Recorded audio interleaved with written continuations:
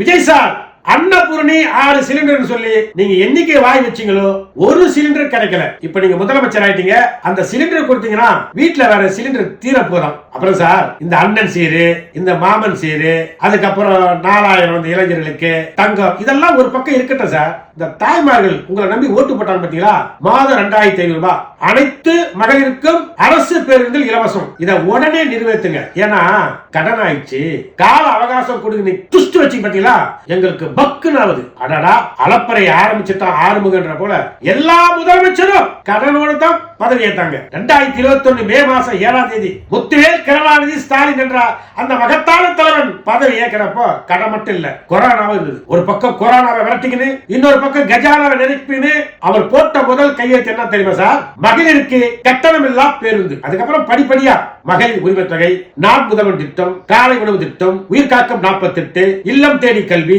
வீடு தேடி மருத்துவம், முதியோர் உதவி, ஏகப்பட்ட திட்டங்கள். இதுல ஹைலைட் என்னன்னா புதுமை பெண் திட்டம். அப்படின்னு என்ன தெரியுமா சார்? நம்ம வீட்டு பொம்பளை பிள்ளைங்க +2 பாஸ் பண்ணிட்டு காலேஜ் போவோம். நிறைய பொம்பளை பிள்ளைங்க காலேஜுக்கு போவாது.